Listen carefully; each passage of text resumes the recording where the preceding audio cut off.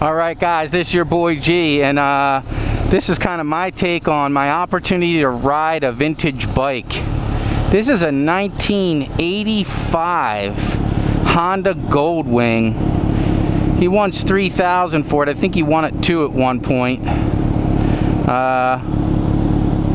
Runs great. This has 100,000 miles on it, and he hasn't not once had to do the carburetors, and he has not once had to do the fuel pump. If you know the reputation of this bike, you know, you can find many people on forums that have one of these and have 300,000 miles on it. He pulls gear with it. Obviously you can just strap everything you want to it, and he has done some add-ons to it over the years. The gentleman just recently switched to the 1800, and I saw this and was like, please you gotta let me ride it, because this is like my era. This is the best touring machine you could get from when I was a kid. And I'm still gonna call it out on things that are maybe not up to snuff for today's environment, but you have to remember this is a 1985 machine. The first thing I'm gonna do is just sit on the rear seat. If I were to buy this off of him, for me personally, it would be because I want my wife to be more comfortable than she is on my Yamaha. So would she be? Let's find out as I mount the bike from the opposite side. All right. How is the, oh my. Okay, so the seating is way better than my $900 worth of seat for the passenger. And what's funny about that is it's not really for the rider. It's not enough room. I find myself pressing into this, and I get this like hard lip down in here that's just like right under your boys or your girls, and not fun, not horrible. Another thing about this bike is it is much lower than you're used to if you ride the 1800. I'm a short guy, as you guys know, and you can just kind of hop right on this, and I'm going to show that. All right, boom. That's kind of cheating. Let's do it from the ground, right? I'm going to keep this on the ground, put a knee across. I'm 5', 6.5", you know, so there I am. You sit up. You sit straight up. So let's take it for a ride. I mean, the seating position is very comfortable. The seat is like, probably for 1985 was like completely ridiculous, but I find myself having to push myself back. But look, feet almost completely flat. And wouldn't you like to tour on a vintage Honda Goldwing? I mean, that's like a niche group right there. So let's get this out and take it for you know, a small spin. The front brake is either low in padding or just not typically good, and the brakes as a whole are not great.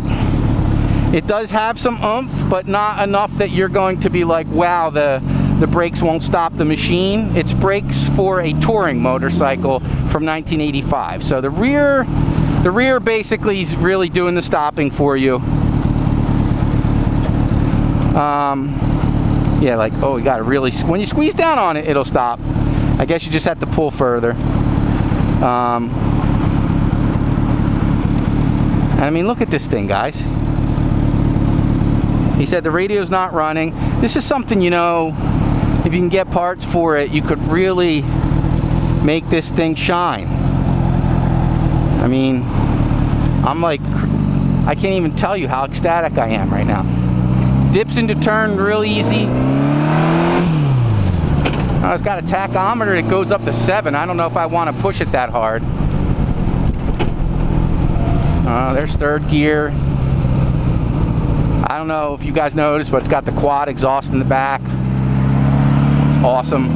This is a 1200cc 1985. And you know, I heard a lot of whining about the old transmissions, but actually this you hear the exhaust note in this really nicely.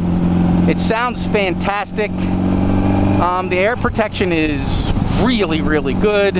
It's kicking off a lot of heat.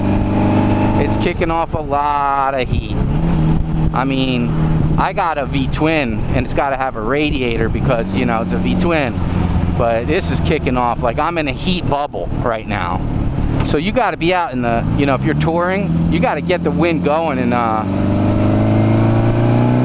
pulling this heat away from you. I mean, it's all the way up here is heat, not just down by my legs. But what an amazing opportunity. If somebody said, hey, you want to ride this 1985 and then insert your favorite thing, wouldn't you be psyched? Well, guys, I mean, this is, I can't even handle myself right now.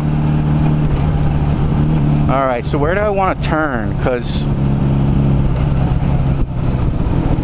this is not my bike and I need to be able to stop. So if you guys could not make me do that, it would be sweet. Yeah, I think I might even be in second gear.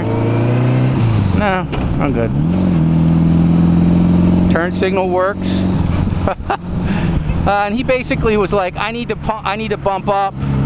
He said he's basically, he had all different kinds of bikes. He's older than me. And when he rode his first Goldwing back in the day, that was it. And he's had nothing but Goldwings ever since. He bought an 1800 cc Goldwing for 10 grand. So he used one, because why would you buy a new one when you can let the depreciation give you a deal, and the bike is always going to function properly because it's a Honda Goldwing. I mean, I had a Honda Silverwing scooter. I rode that thing through flooding. I dropped it like 3 times, once with my wife on the back. Like, the thing just started up and kept going. Like, it's Honda, guys. You know how they do. So your boy G on a 1985 Honda Goldwing, and I'm like about to pee myself with joy. Like, share, and subscribe if you appreciate me getting out on this vintage Goldwing. Those people could hear me talking to myself. They're like, the motorcycle guy is crazy. And I'm gonna see you guys soon. Peace.